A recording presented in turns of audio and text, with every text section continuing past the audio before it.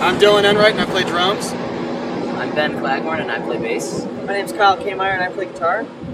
Zach Melton, I play guitar and sing. I'm Annie Cheek and I sing. I'm Kurt Frederick and I play keyboards. And you're watching Project Greenroom with Rodeo Ruby Love.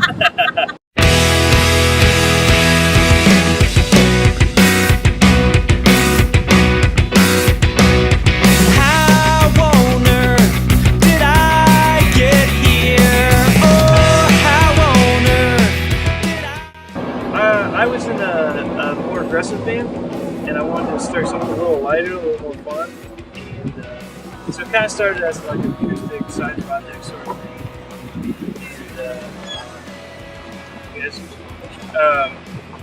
And it just kind of developed from there. And we didn't start seriously playing, touring until about 2007. Kyle and Andy kind of helped build the band out.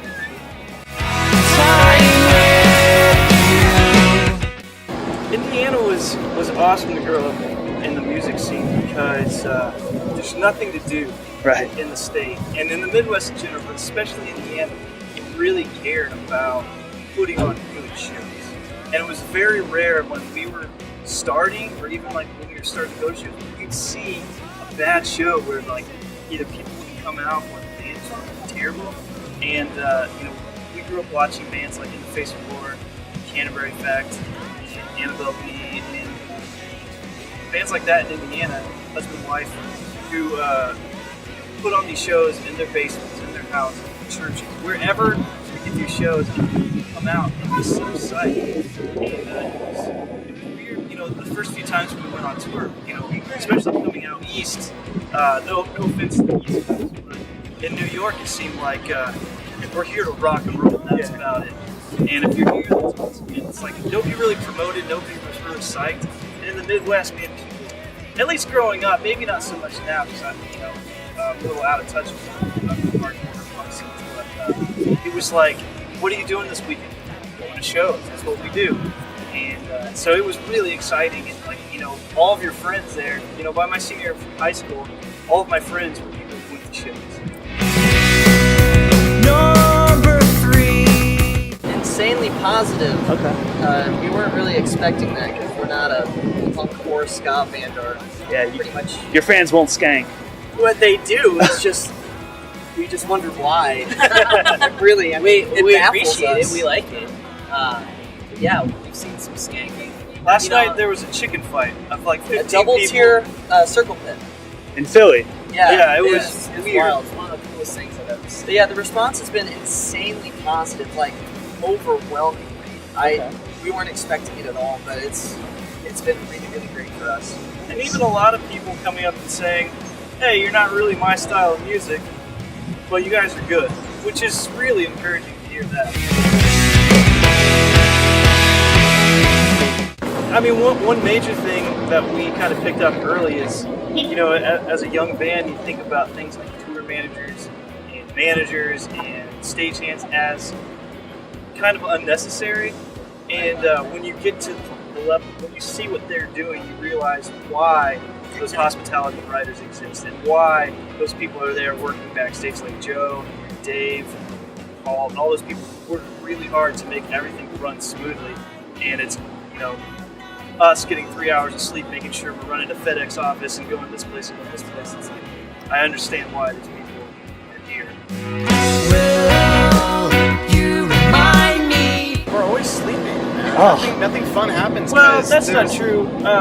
Steve, we have a PlayStation. This is a rental van. Okay. So we got a PlayStation 2, and our merch guy has been playing Metal Gear Solid 2 non-stop. And you'll be sleeping, and you'll just hear a slew of really poorly put together swear words that kind of shakes you out of your sleep. He's not very good at it. Yeah, and He's getting better. yeah, so that's been fun with it. But we can complain all we want, but the fact is we're here doing this. I'll take some reconstructive knee surgery over not being out here.